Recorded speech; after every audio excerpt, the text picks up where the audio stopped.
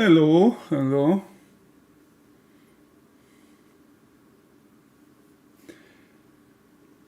Welcome to the second stream of today, Friday, October 3rd. It is 10:18 a.m.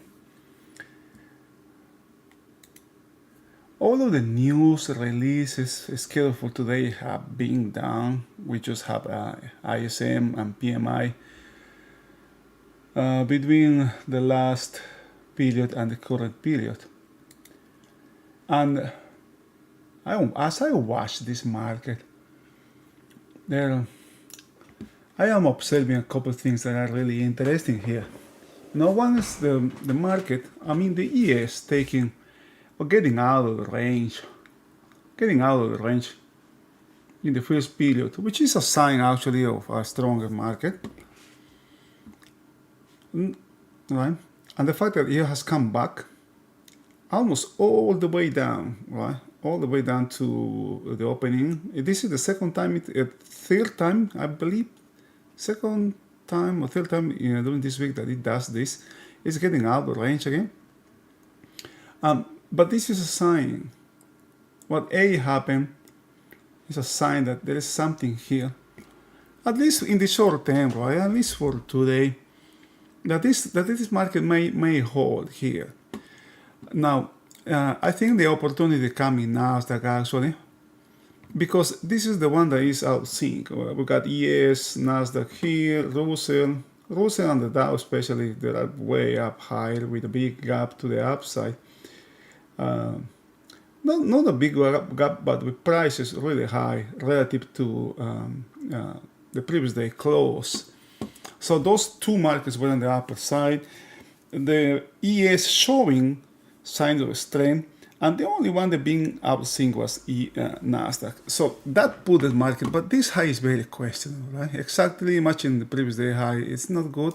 And now this low, I think the trade here has been completed here.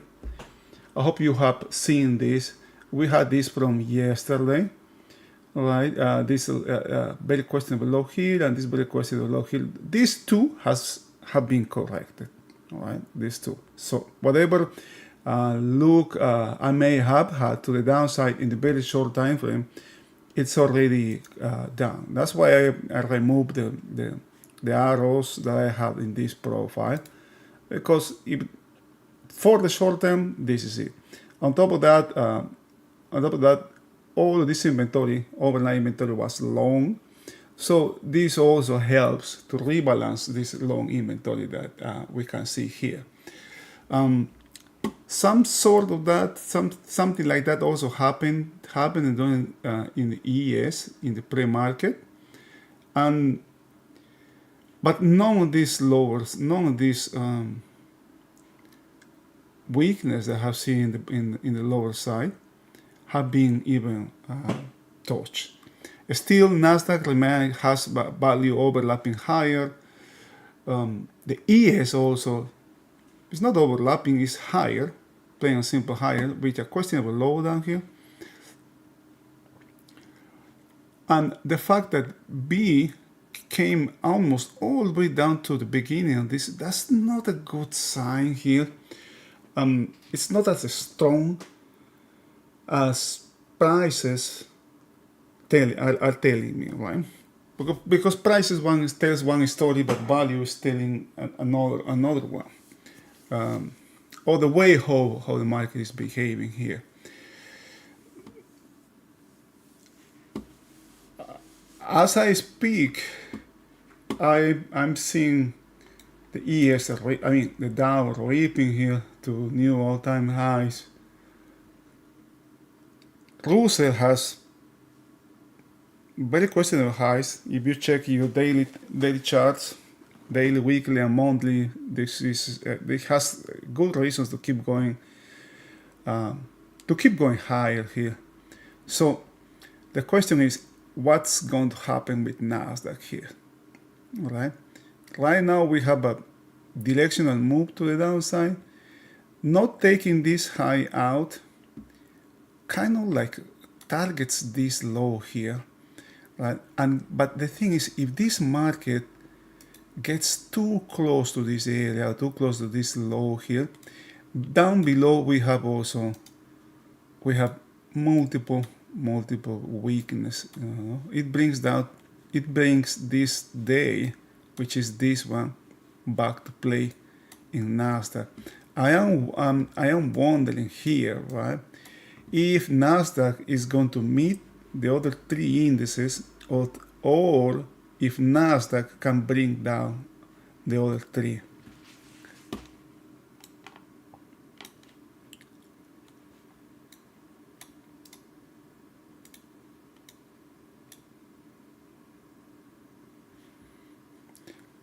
Volume is slightly lower than yesterday.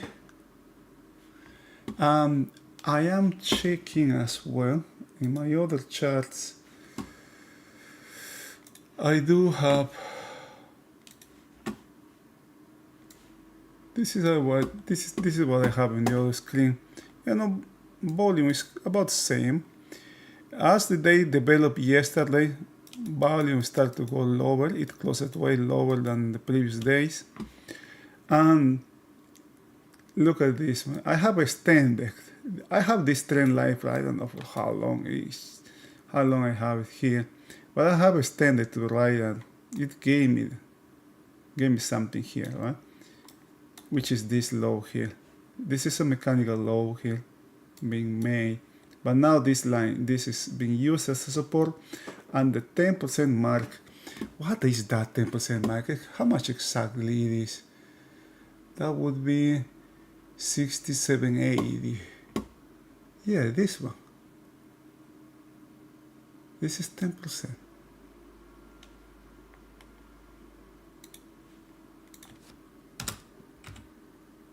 Okay, I'm going to remove that. I'm going to put 10% here. 10% gains relative to. This is relative to last year high. That's a huge advance that this market has had. I am considering this only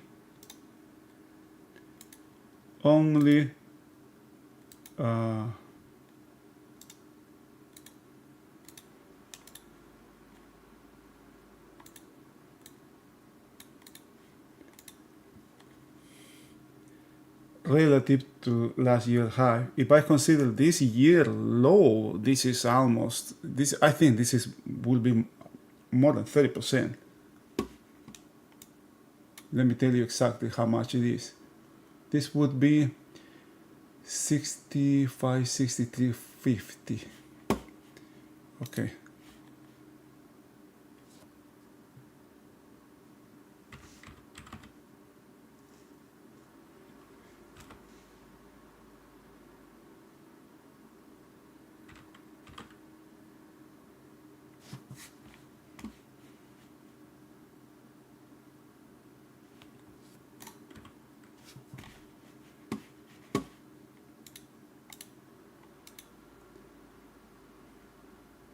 Come on, 6785 divided by 6,451. 5%? What? No, my bad. That's 48.65 divided by 48.65. 67. Look at that, almost 40%. That's huge, man. That's huge. That's unbelievably huge. I've never seen this kind of gains in the market relative to the lowest of the year. Now we have this market may be too long now. And look at what we have down here, what we have up here. Where Nasdaq is.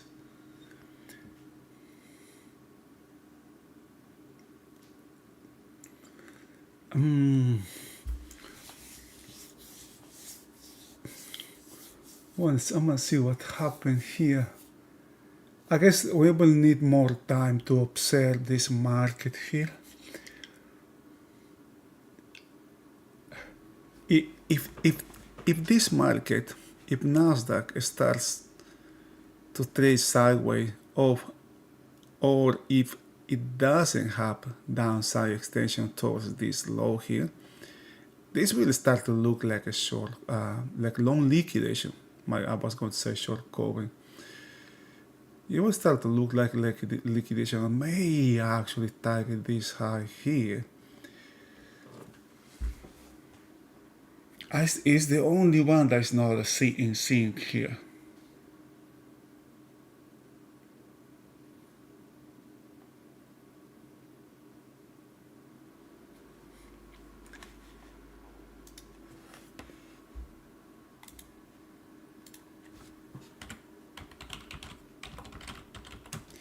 I may have an idea of what is happening, or the fact that I have an idea of what is maybe happening doesn't necessarily mean that I'm going to be able to take advantage of that. Make no mistake there, because I was short here in this market, but I couldn't. I was stopped. I short Nasdaq a couple of times. I was stopped out, right? I guess I tightened my stops too soon, and I was stopped out, and I couldn't take advantage of this movement. But it gives me an idea, right? Right now, I'm not doing nothing here now. I understand that I understood at the time that this could be a movement that can be fueled just by the overnight long inventory and the weakness that we have the previous day, and repairing the weakness that we have here opens the day here to do the same thing today. But remember, we have a weekend, we have also the shutdown. Any kind of news may come. The only kind of news that can come here is kind of like a positive ones now, right? Because any agreement may happen any time, any given time. It can be today at the close, today at night, weekend, Sunday, Saturday. You never know. That is, I think, the negativity here is already in the market, right? And that potential agreement also is to fix the shutdown. Now, this is important here for me now.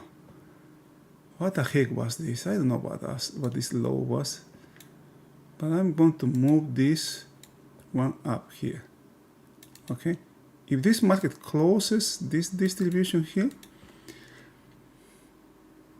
it may, the potential, the odds of the market coming back up here increases, right? It diminishes the strength of the downside, closing this one, which I already did here. And this is real time.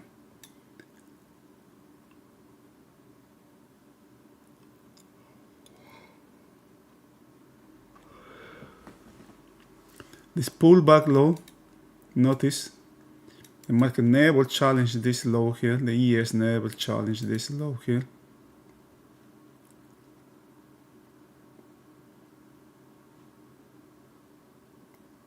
There was absorption. Remember what we talked here about M. Oh, by the way, I had a short Nasdaq yesterday, aiming to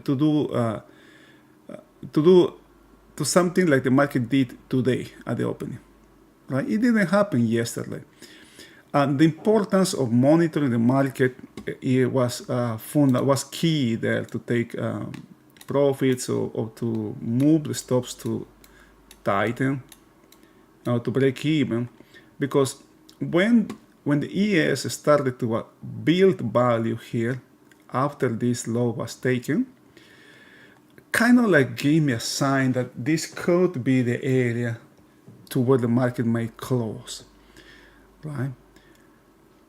And since indices are related, somehow I related some days, you know, never, I try not to trade one market based on the other. But yesterday, I saw a link there, all right? I got, I didn't do much there, but I think the most important thing was to close the trade, right?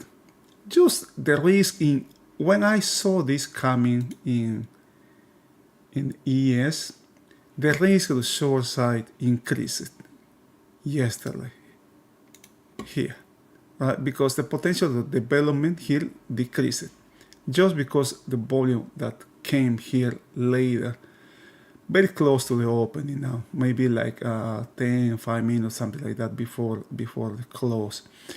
And as we can see now, the movement happened today, right? What I expected was going to be something yesterday. It didn't happen. It happened today. I can say, for example, if I have a loss here, I can say I was right, but I was just too early. And that would be just lying to myself. Right? I was wrong. I was wrong. Right? And the part of the plan, right, the part of trading, the performance part of trading involves first, right? First we have planning, which includes observation. Second thing, once we got the observations, once we see something, comes the execution. Then the active part of the performance, in which I have to keep monitoring the market, see for continuation, monitor for continuation what the market does, right?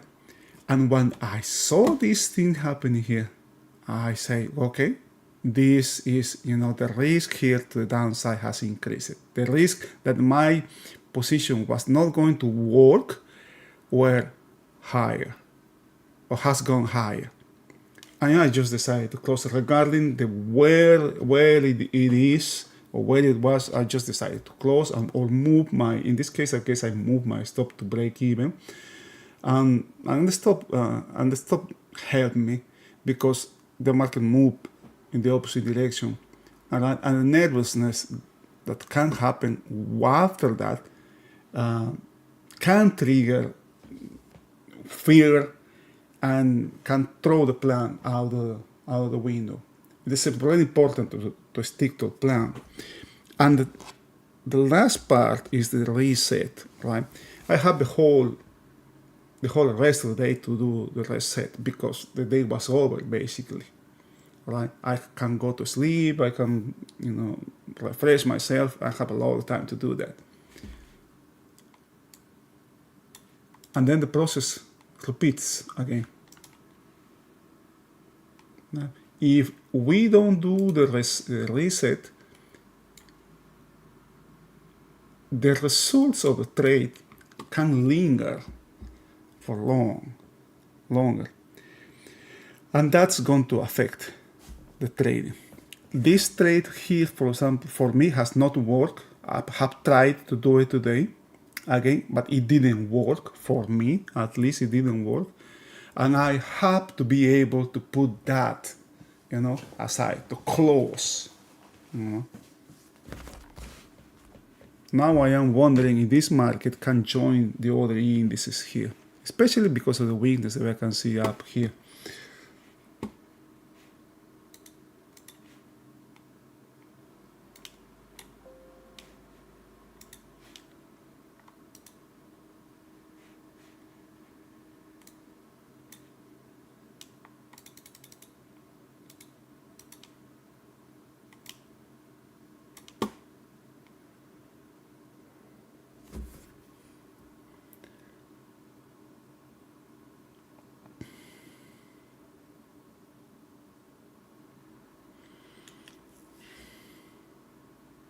We got a better high now in the ES.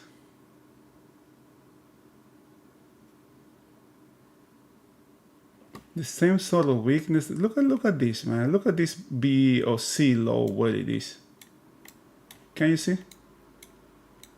Can you see this low here? I'm going to see where this low is. Right?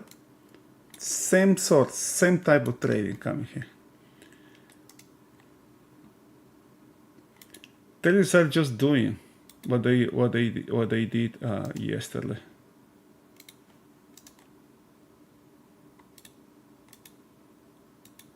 Just look at that.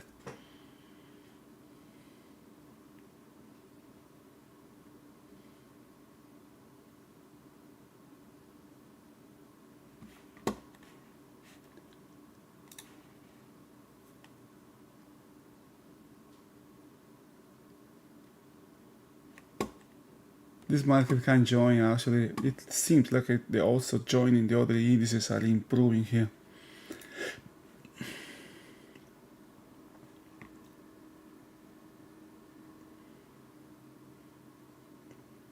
Now check this one here. The dynamic of yesterday. If something like this happened today, that will be very, very questionable. Or you will tell me, right? What's going on here? But can this be a trending day is the question.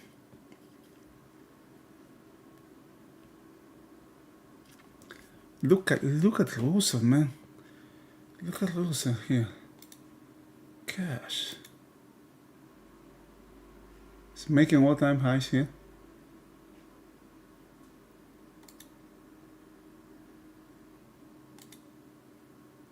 Really nice excess. The Dow. Nasdaq. The daily is just, Nasdaq is not having it yet.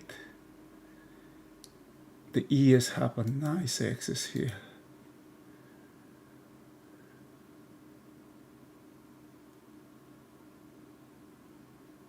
We have rotation in NQ.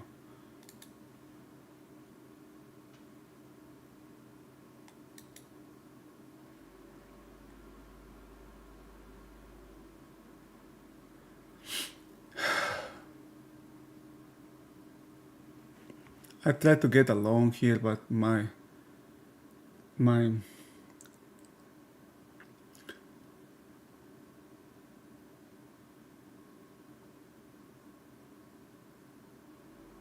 ladder didn't work. I have this thing in Rhythmic that you set the default amount of contracts for any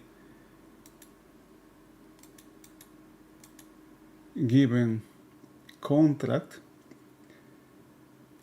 or any given index, but for some reason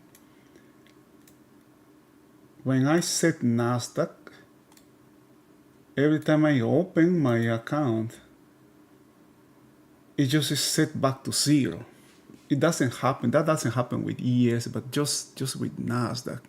But sometimes does not happen, that doesn't happen all the time.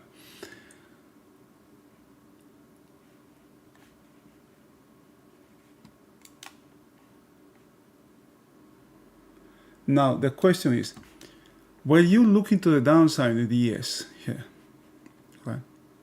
Were you looking to the downside? If you were looking to the downside, you have to rethink, because there was something here yearly, which is that the market took yesterday's high out during the first period, all the way up to here. Only this action is a sign of strength, at least in the short time frame, short-term time frame. Okay. The next thing we have Russell, Dow, really shooting its way higher. Disregarding the overnight inventory, and Nasdaq leaving a weak high here. Right? Which gives enough reasons for this market to come back and check this one out.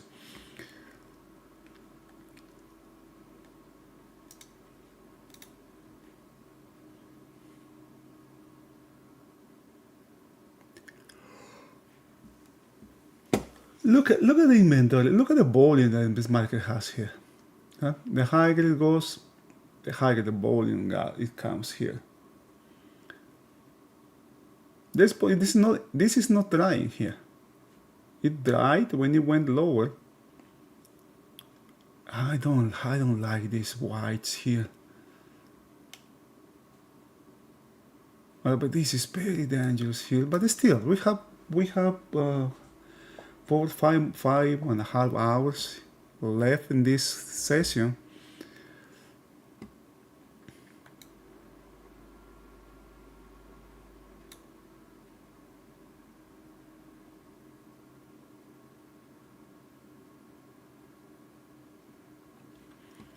Let's see what Nasdaq. Oh, look at this! Look at this! Look at what happened with value in Nasdaq.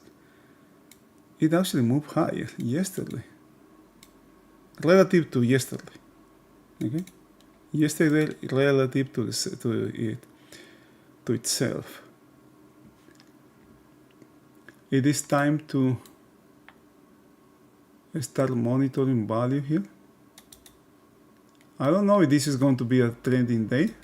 If this is a trending day, value is not a reference.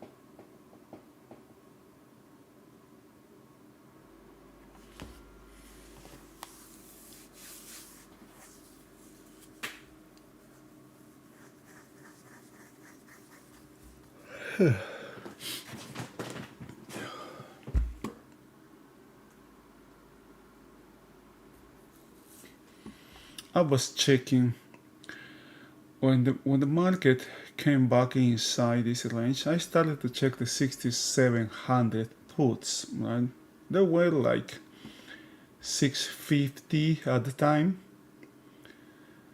It went up all the way, I guess, to 7 something. Now that the market is up here, there are almost 5, which is 1.5 points lower. So that's a loss of 1.5 points. But I'm checking Tuesday.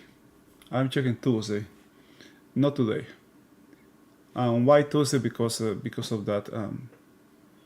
Because of non-farm payrolls. It's scheduled for Tuesday now.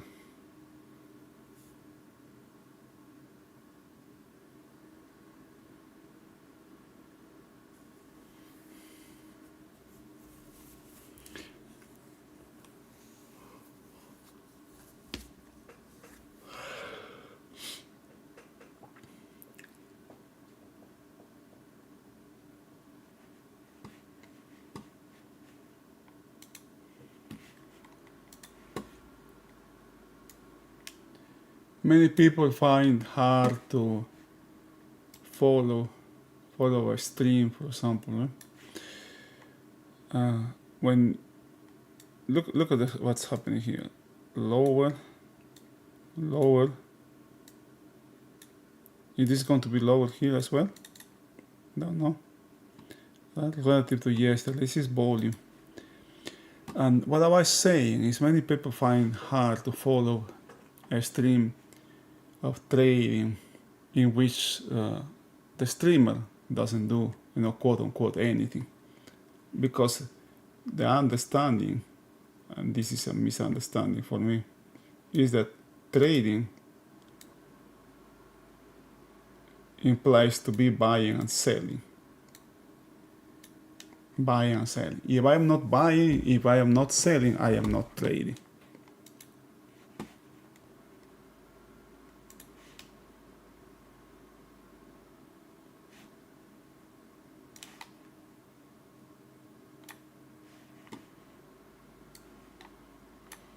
When the reality is quite different, man. I'm going to say it again. I'm going to state it again. First, if I do trade, trading is a performing activity.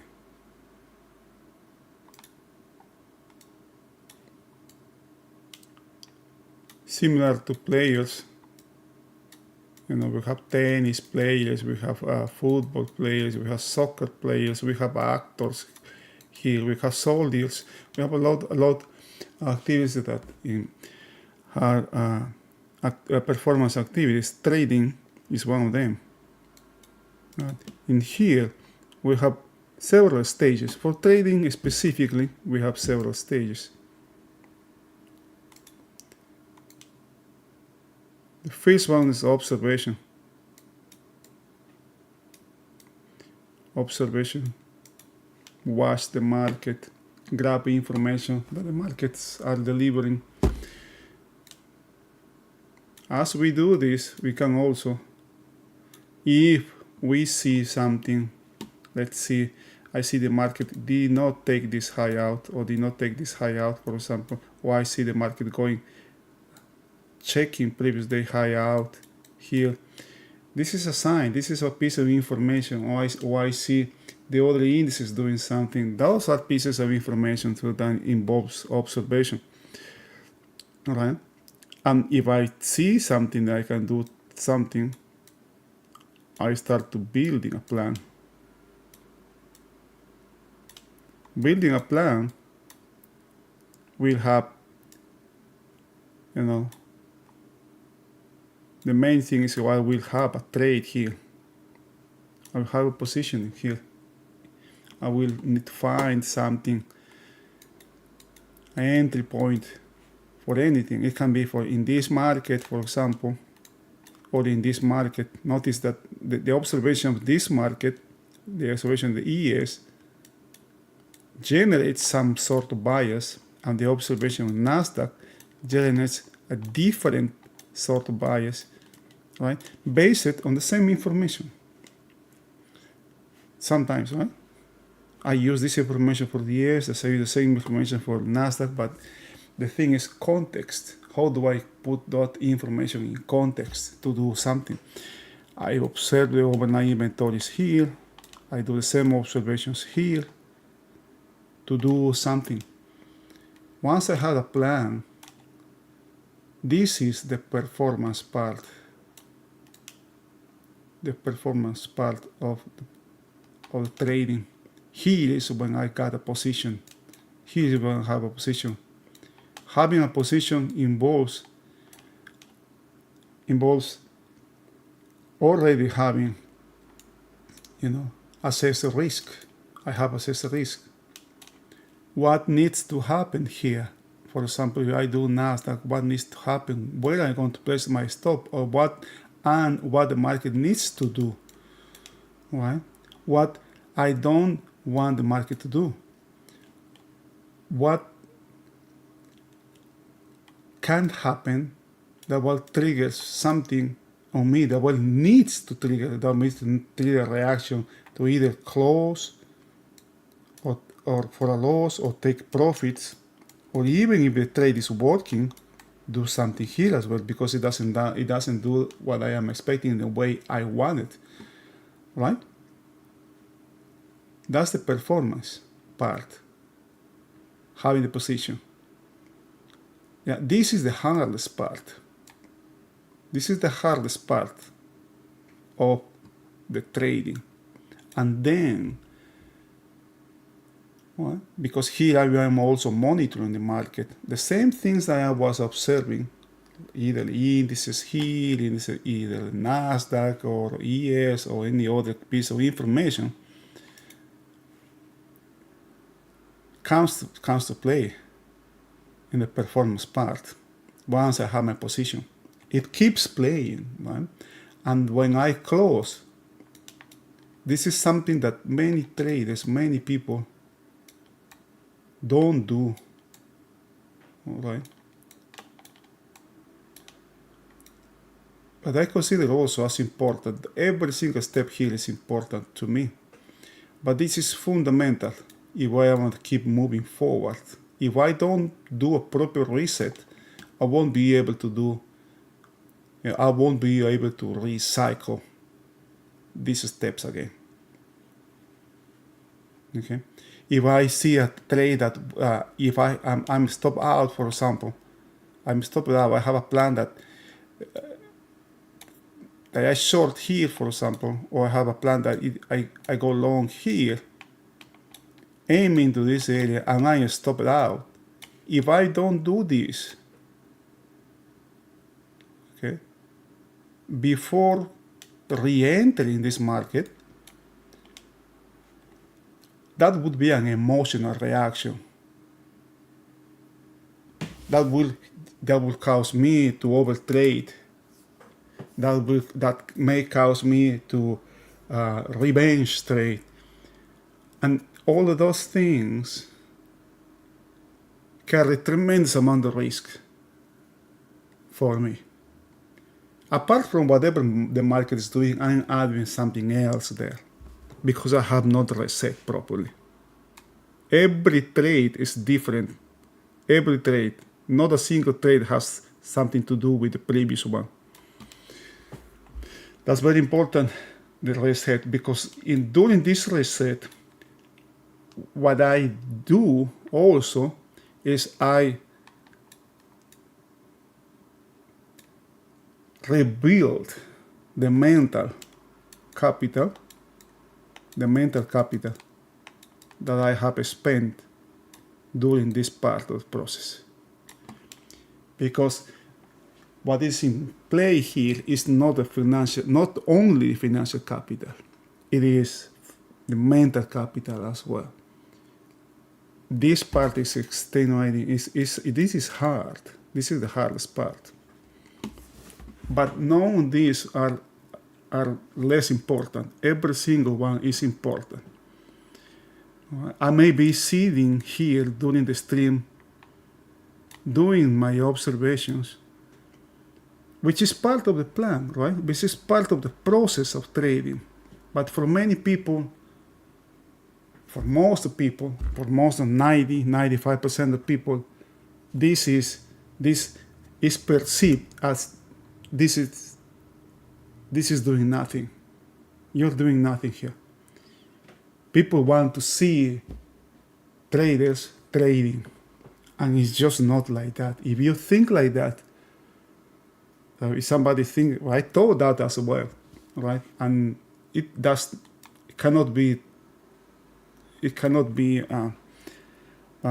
so far or that far from reality. It's just not like that, you know. Just think about.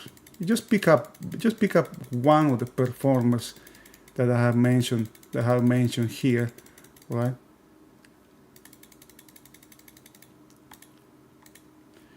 You know, the athletes, the the soccer players, the football players, the tennis players, the actors, soldiers, right? They prepare, they train, right? Sometimes for months, right? To execute. And the execution part can be 90 minutes, can be 1 day. If I've trained months, it can be 1 day. You can trade days or weeks for 45 minutes, for 48 minutes games, or 90 minutes game in soccer. How long you train for this, for example, right? That's all of these too.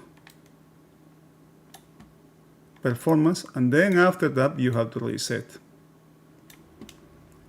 In some activities, the reset part is more obvious than in other ones.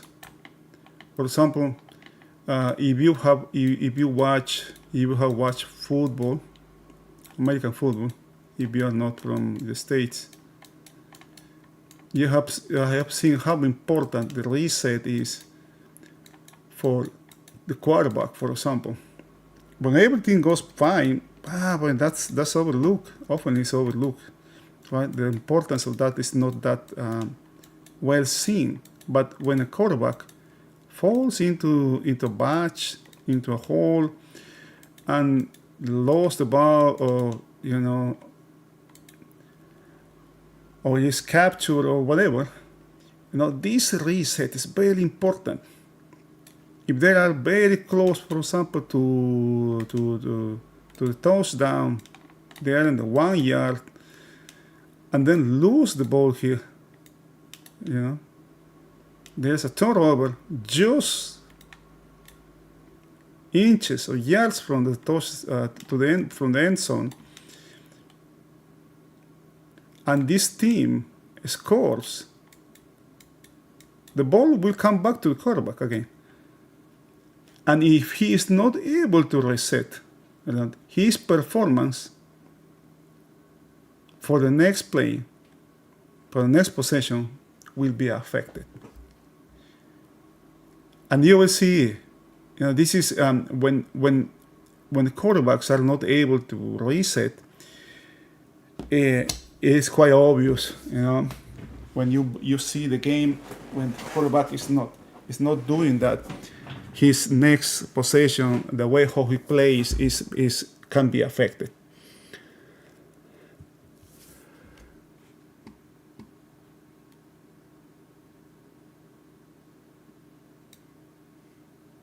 Now check this out here.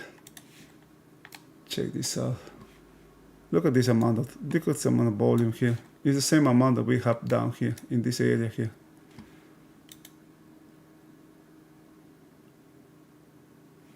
There's rotation in NASDAQ.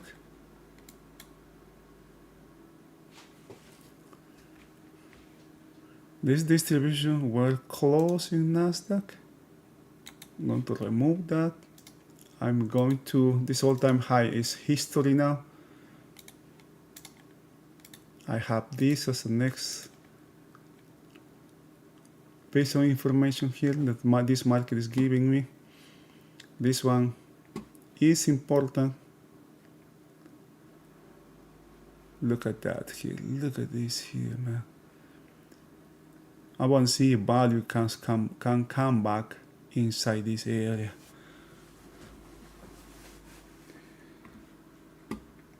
The Dow is weakening.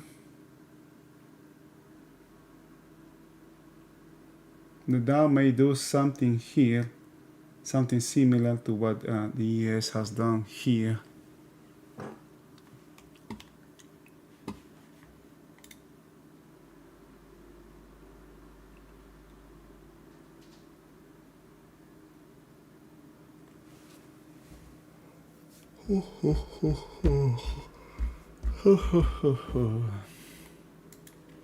If you have any questions or comments, please just let me know.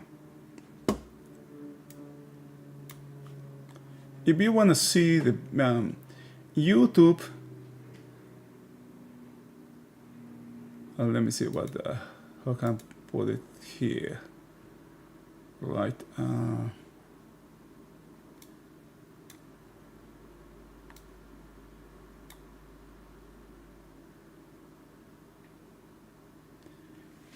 YouTube does not put or upload the streams as soon as it ends. Here we have, for example, that I have this that we have in the morning. That still means it says it's going to be processed within the next 24 hours. So this can be available maybe tomorrow.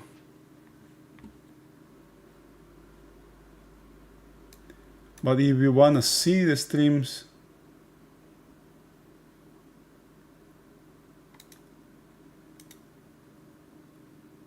you can see that on Twitch actually.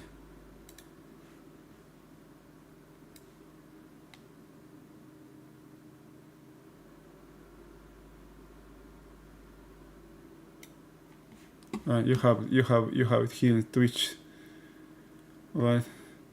The name is the same, ES Futures Trading.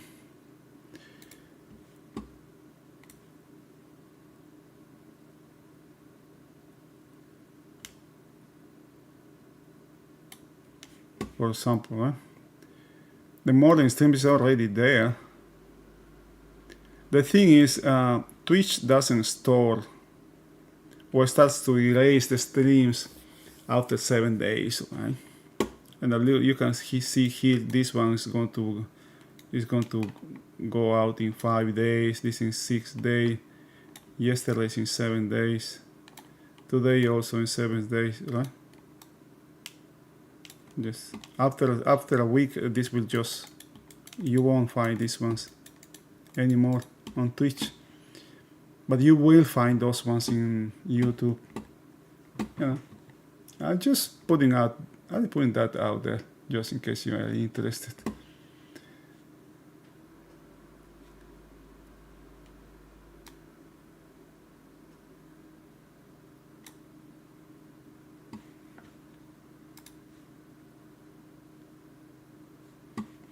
Look at this, right? Came back to A low. Use this as support. Now it's coming back to A high. I wonder if this is going to stay. I wonder if this distribution is going to be closed. Okay, now we have the same thing, right? The same NASDAQ. The same thing that we have in the previous period is the same thing that we are having it now. Can you see?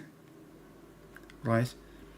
So pretty much the same thing that happened yesterday here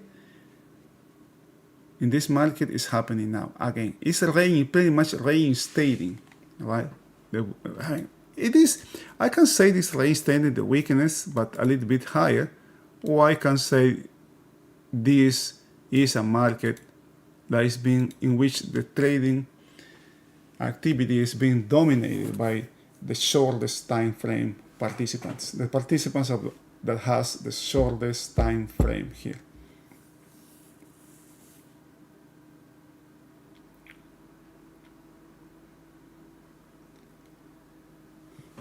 Look at how it dies here. It doesn't have taper, so the action has not been concluded here. And now the pressure comes to the downside. It's huge here. This is significant. Look at this 700 here, 94. Okay, that's pretty close to the 68.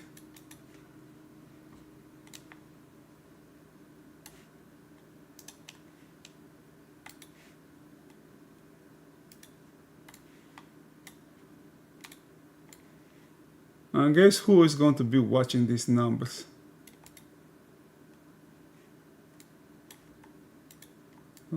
Who watched the 6800?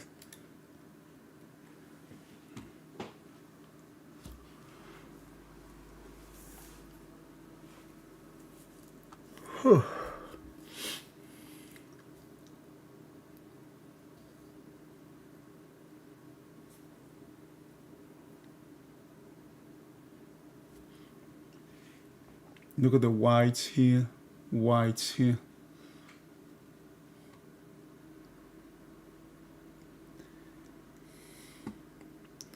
I don't know, man. We don't have, since we didn't have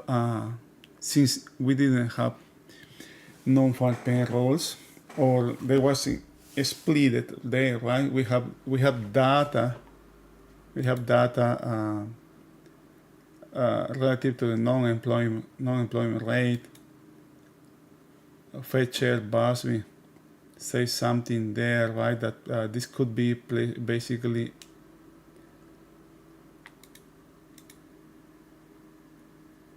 unchanged.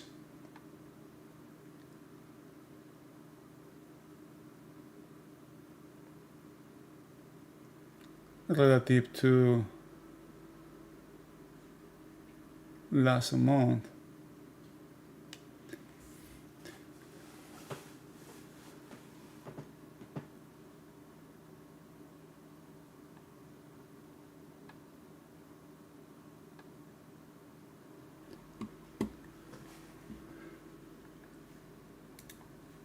And we have to adapt to this. We have to adapt here.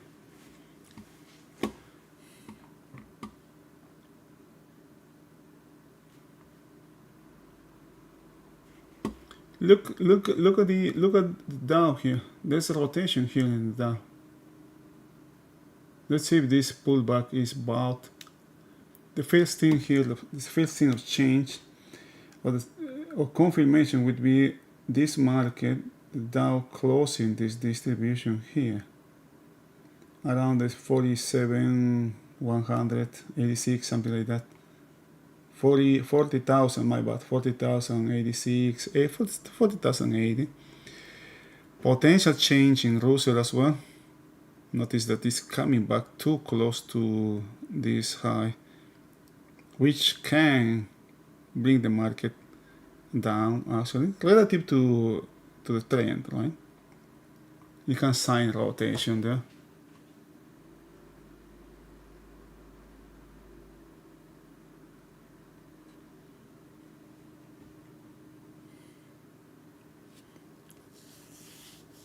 And these are all little pieces of information here. Look at that. Look at what happened now in the ES. Did you see what happened? Did you see what happened? You can rewind and see what happened here. Live. Like 5 seconds ago. As the market drops here and closes this distribution, this distribution is closed now. What it does is it moves, okay, value from here. Let me show you. Let me take a screenshot, a quick screenshot of this. Right. Can you see where value was here, this green area, and now where it is now? What it is now? It's up here now. How that happened? It is very, very curious how that happened, right? That actually the market actually comes down. The market comes down, and the fact that the market goes down makes value actually going higher.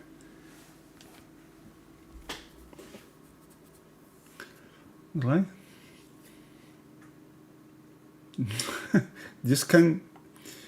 How can you grasp? How can we conceal those type of information, right? Those type of contradicting information we're having. One movement to the downside actually improves the odds of the opposite side of the trade. This is just interesting, huh?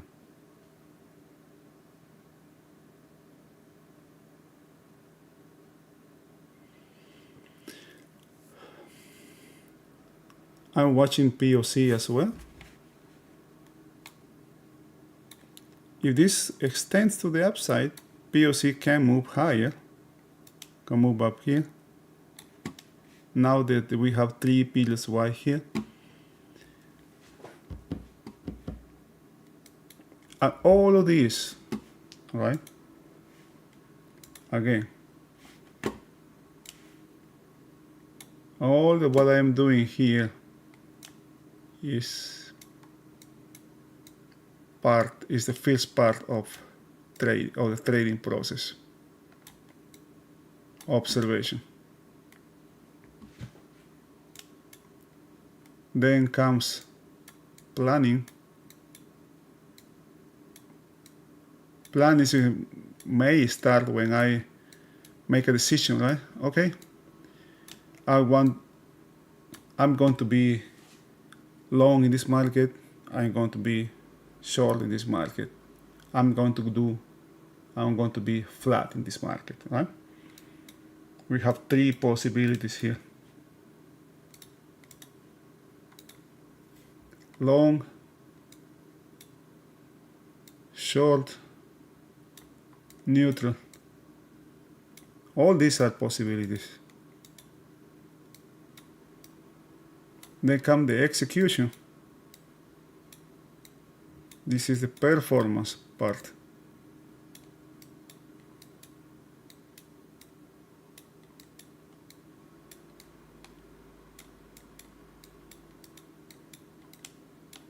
This is performance Here in this planning, I will assess my risk. I will assess my risk. I will set my potential rewards. I will set my potential rewards.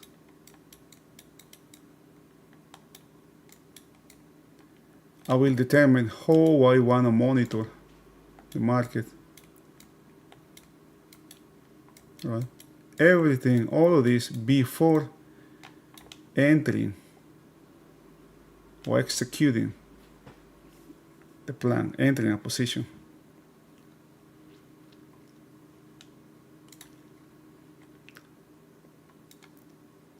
So for when I have my position, either long, short, or neutral, I already know what I want, what I'm going to observe, why I'm going to keep observing, and what I need to do if something happens or if something doesn't happen. And from here, the next step is the reset, okay?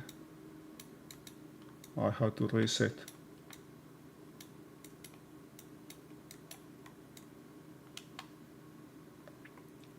All these are very specific things that I do during the day, but these are repeated over and over, right? Once the reset happens, here we go again, and repeat. There's a constant recycling of information here. Constant. There's a lot of things that happens all the time, over and over and over, but it never happened. You know, I have never truly seen a thing repeated the same way. Never. The odds of that happening are unbelievably low, man. Unbelievably low. Also, but to get to this stage, also I had to know what kind of trader I am, right? There are some position in play traders. I have read or have listened. One author, what's the name of this? This guy that has already passed, Mark Douglas, right? Mark Douglas has really nice videos up in YouTube that you can check. But his view of the market comes from a position that is called the house approach. The house approach. The house approach. Which is one way to see the market. Right? On the other position, on the other way to see is the player approach. Player approach. This has nothing to do with gambling. This is we use something here. We use an analogy, or we take this game blackjack as an example. You know, this is the blackjack, right? The blackjack in which we have to get as close as possible to the 21, right? And here in this game, you have the house, the casino, that plays all the games. The house is the only participant that participates in all the games, 100% of the times. That every single player plays, the only one that is there all the time is the house. And by doing that, that gives the house an edge. I think if I remember, this is about 2%, right? Something like 2%. It has a edge about the 2%, somewhere between 1.5 and 2.5%. Better than the player. And that's enough. And that is enough, right? To generate income here. Because they will participate, they will pay all the players that big, small, the players that big win, and still have something left from them that is going to be that because of the amount of plays that come or that happen, it will be huge, right? Because the plays are in the millions. And the player approach, right? This is later known as the sell, the sell, and this is the buy. The buy side. This is called also the buy side. And this is called usually this is called the sell side, right? They are interchangeable. In here, in the player approach, we have the discretionary trader. Discretionary trader. We have the statistics traders. We have trend lines followers or whatever, right? In which, for example, again, if we compare to blackjack, you have probably have seen these rings, these groups of players that study or that count cards, right? Which is not illegal, but casinos don't like them. And actually casinos ban them because they do something that increases the odds of success, right? And it's composed, basically there is more than one player that play the game and they start counting cards, right? They start to see cards. They start to count cards. They may see, they assign a group of cards that have lower odds of success. And when this happens, they bet small. And when they start to see, another set of cards that come to play that have better odds of success, another player comes and starts betting big here.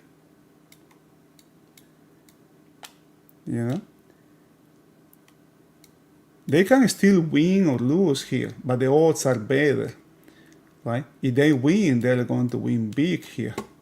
The odds, just because the odds have increased. That is the player approach. I am in this side of the game.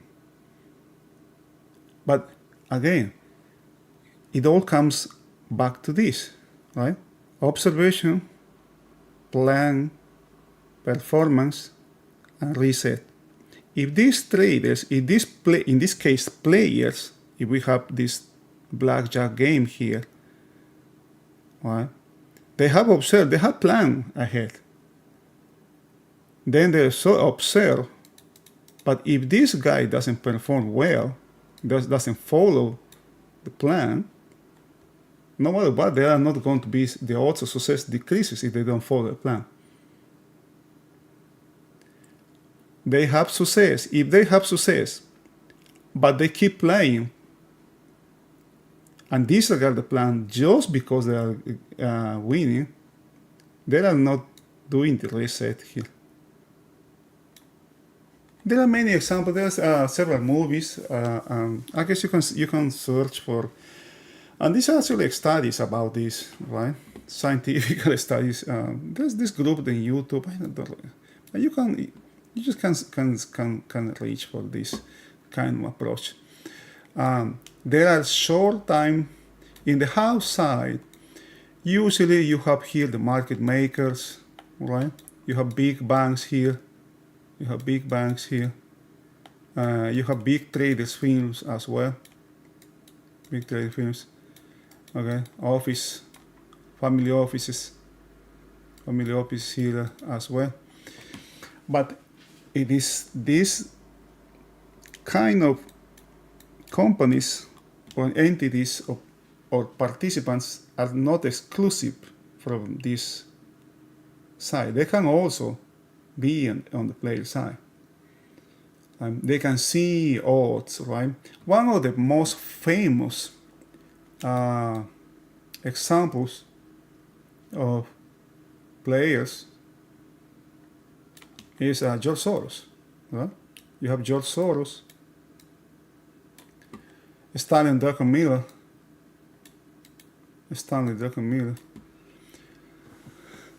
Right. I guess these are the prime examples, right? When the idea of shorting the British pound actually came from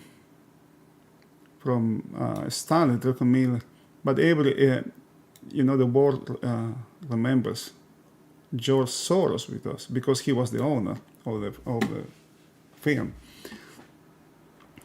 and they saw an opportunity. They saw an opportunity in the what is this market? I don't know how do you call the money market. This one where you trade currencies. Well, they saw an opportunity in which the risk, right, was low. The risk was low, but the potential reward was huge here. It was really huge, right? If the trade didn't work, nothing was going to happen to their capital or to their portfolio. The damage to the portfolio was going to be just minimal because the risk was low. But if the trade worked, the potential gain was just, this is what's called uneven or asymmetric opportunity. It was just huge, man, huge. Something that I remember also that came from Stanley Druckenmiller, and this happened last year. Yeah, I remember well. You can check YouTube and look for the bet he placed in the bond market. Wait a minute. How it was? It was when the Fed did the first rate cut last year. Like it was December, something like it was here, right? And what he said, it was up here, kind of like in here, right? It was said that that rate cut came at 1%. I remember. Yeah, I guess it was when the market was doing this, somewhere in here. And was just like using his own words, right? It was so reckless, or it was something that not in time. It was just totally wrong by his opinion. And you can find the interviews, right? I was very interested here because the market was just doing this, and he placed, right, and he placed a bet that he's short, basically. He short the bond market, right, and explained his reasons. And you can find that, and that play was really good. It was just, of course, you hear these participants coming to the market to explain that position because also that favors them, right? If I know somebody positions, it's because there is already they want me to know, all right? And when I know that they want me to know, I will question the motives. Okay? But this was just a really nice play. All right? That he said that the Fed was wrong doing that, and we saw an increase on rates because bonds move opposite to rates, right? And it was really, really nice to see, to hear somebody, right? Now, we were talking about this is crude oil here, and this speaks volumes of the economy as well, because if this goes low, they are seeing potential decrease in the economy, or reduction of the activity, or the decrease of PBI or whatever, right? Because this is energy, and this is not just, and it's breaking. I guess we talk about this one, breaking this range here can target not this one, but this low here probably. Can move the market close to the 55, something like that. I'm not predicting that to happen, but that's in play now. And everybody's talking about gold, reaching the 5,000. It seems so far, right? It seems so far up here.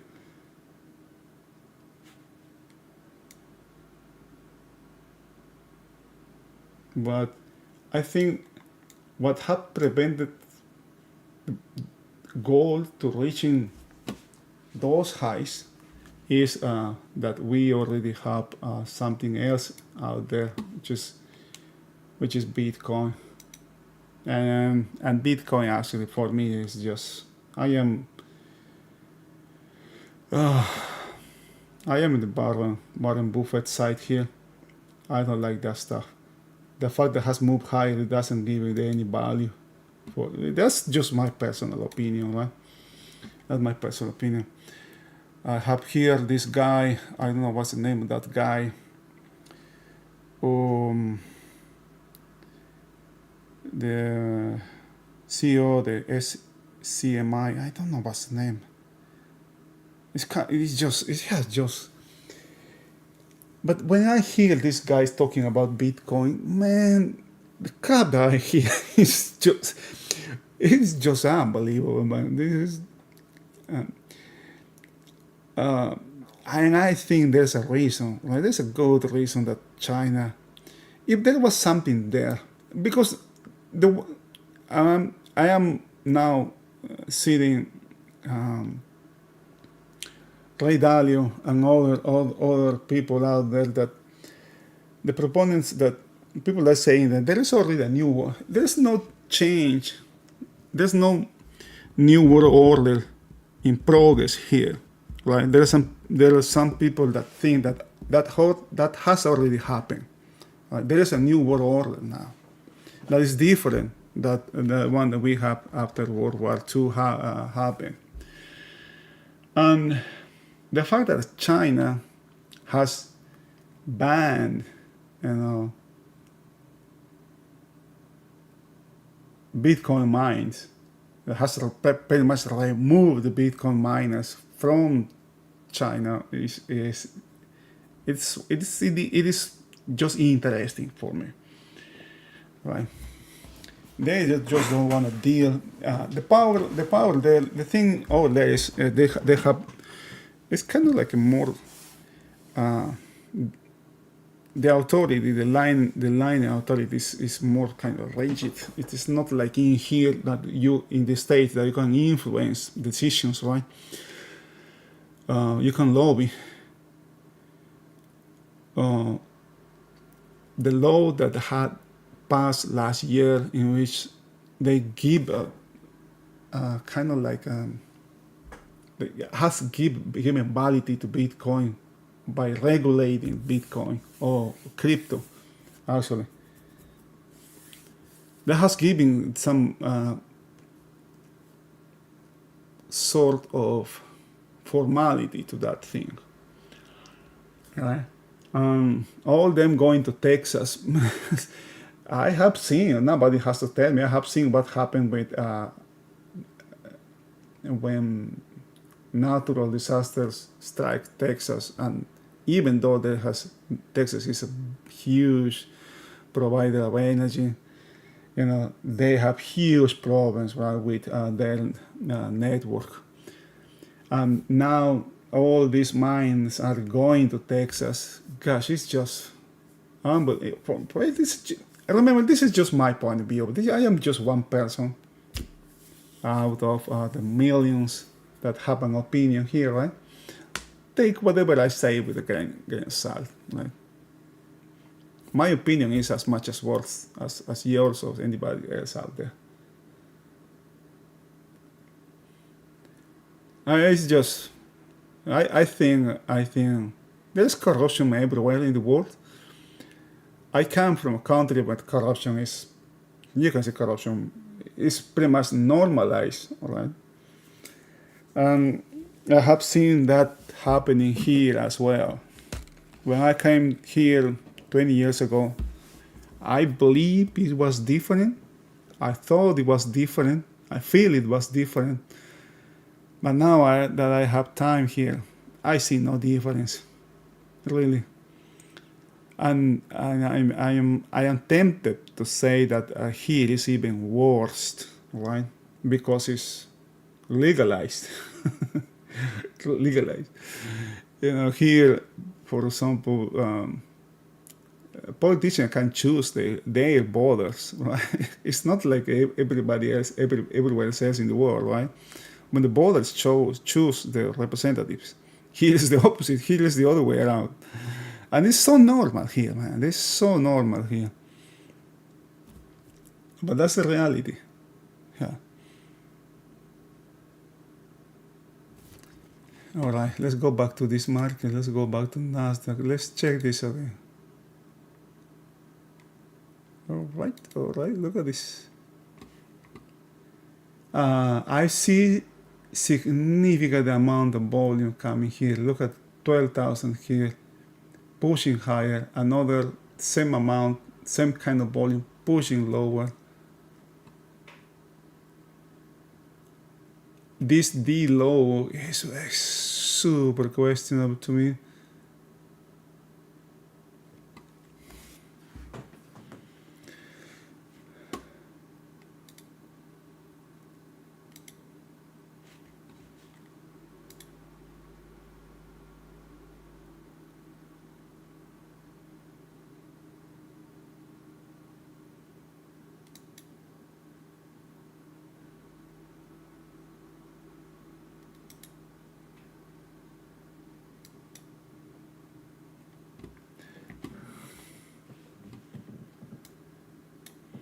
All right. Look at this. Look at what's happening in Nasdaq. Huh? Value is moving higher. Okay. We have seen the value is moving higher in ES as well.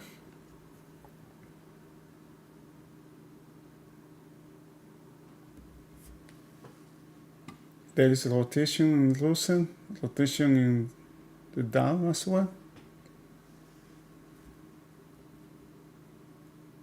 We have okay, look at this.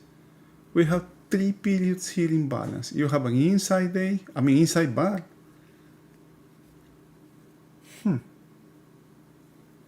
There could be a resolution out of this.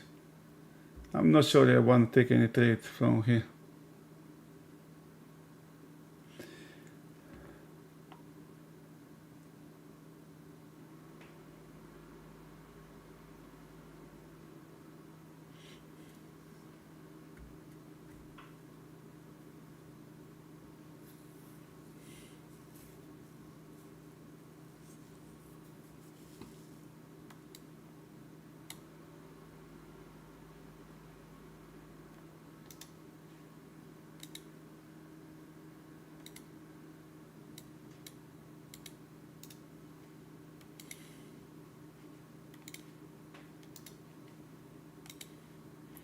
All-time high made in the overnight session in Nasdaq.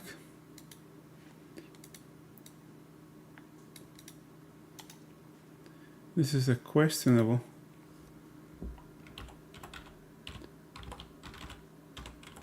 All-time high. Regular trading hours of the all-time high here. Let's check what we have for next week, man. What do we have next week? Hold on for a second. Next week.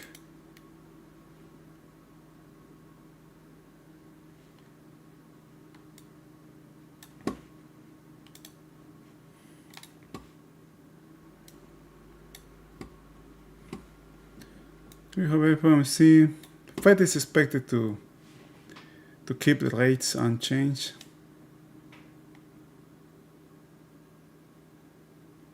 Nothing else. We don't have anything next week. Anything that can move, that can have an impact or can bring volatility to the market. There's a lot of Fed speakers. As a matter of fact, we had Chairman Powell speech on Thursday, 8:30. I wonder where he's going to speak.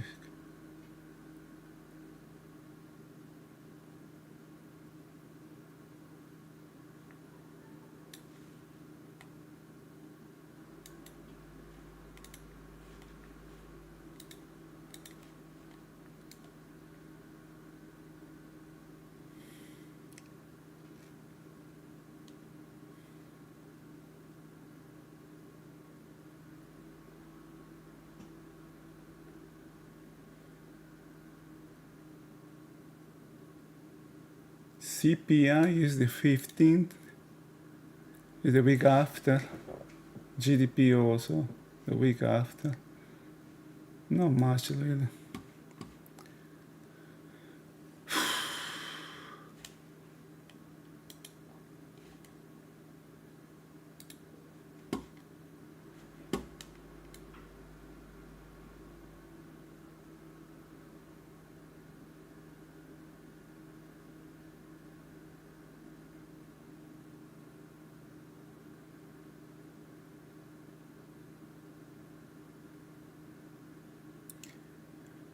Earnings start about the fourth week. How many weeks this contract has had? 12. It started kind of like 12, right? When it started? When it started?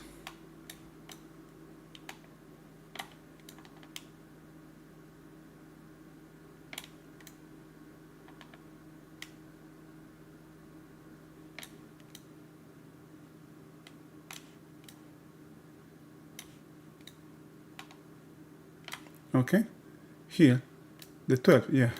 So the fourth week from the 12th would be 12, let's see, 1, 2, 3. Next week? Do we have, oh, look at that. Okay, wait a minute. We have rotation here. It's giving us a questionable low here. But still above previous day high, right? Again, this movement is moving, POC is moving value higher. I'm not going to short this market, man.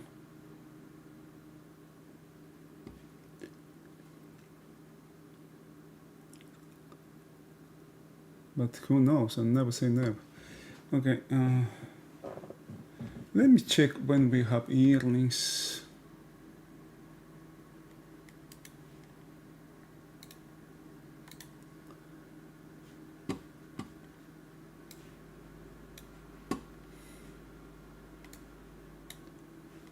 Apple.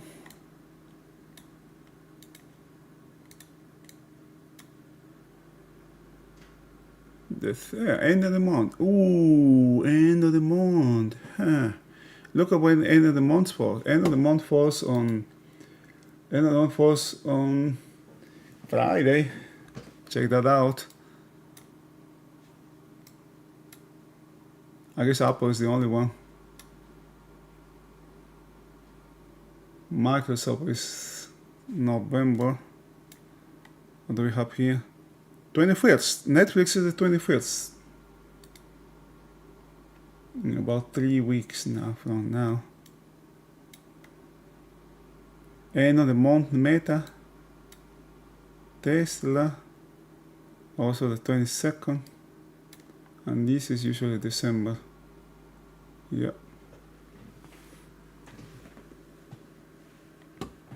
What about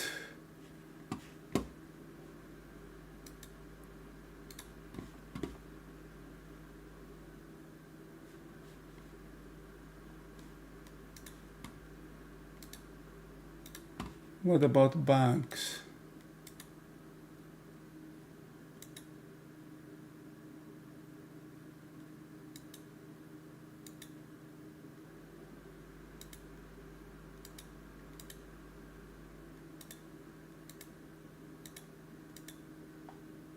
Wait a minute. Oh, here. Apple. This is Apple.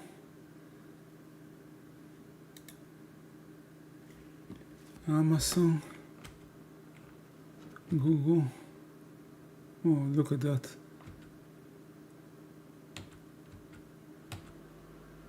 Alcoa and Bank of America. This is Bank of America.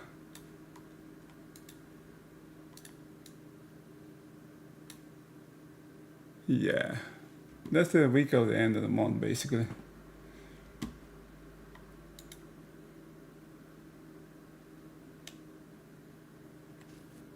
John Deere, Caterpillar, Crow, Cisco.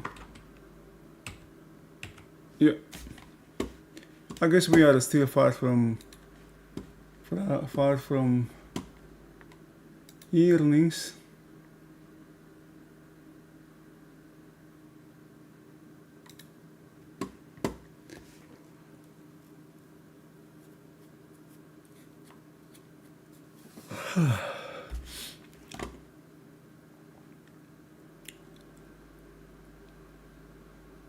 I will still keep watching this as a reference. Now this low, we have two lows here.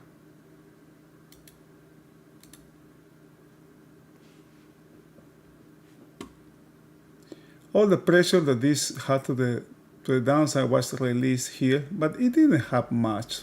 It didn't have much development. Very narrow range here. I don't know if we might have another opportunity here. Maybe towards the end of the day. But I am not thinking the short. Right now, with the information that I have here, I am not thinking the short. No, sir. Look at what's happening with Nasdaq here. Nasdaq actually is moving higher. Value is moving slightly higher. It is the weakest of all four. You can see US, Nasdaq, Russell, and Dow here. But it's still moving higher. It has enough, it has plenty of reasons also to move higher. This is the only one that is out of sync here. I will consider this one repair. So we have only maybe two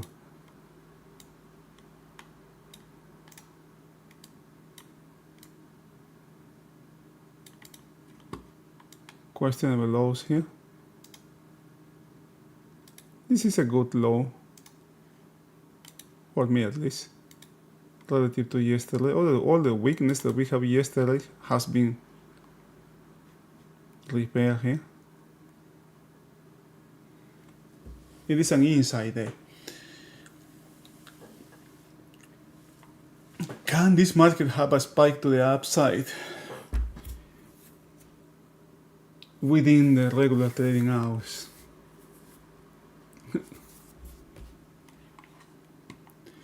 Alright guys, don't have anything else here. I'm just going to keep watching, observing. Here I have not formulated any plan here. I have no plan here. The amount volume here is something to have considered here. You have in the 10,000 here, 10,000 here. This actually is looking to the upside here.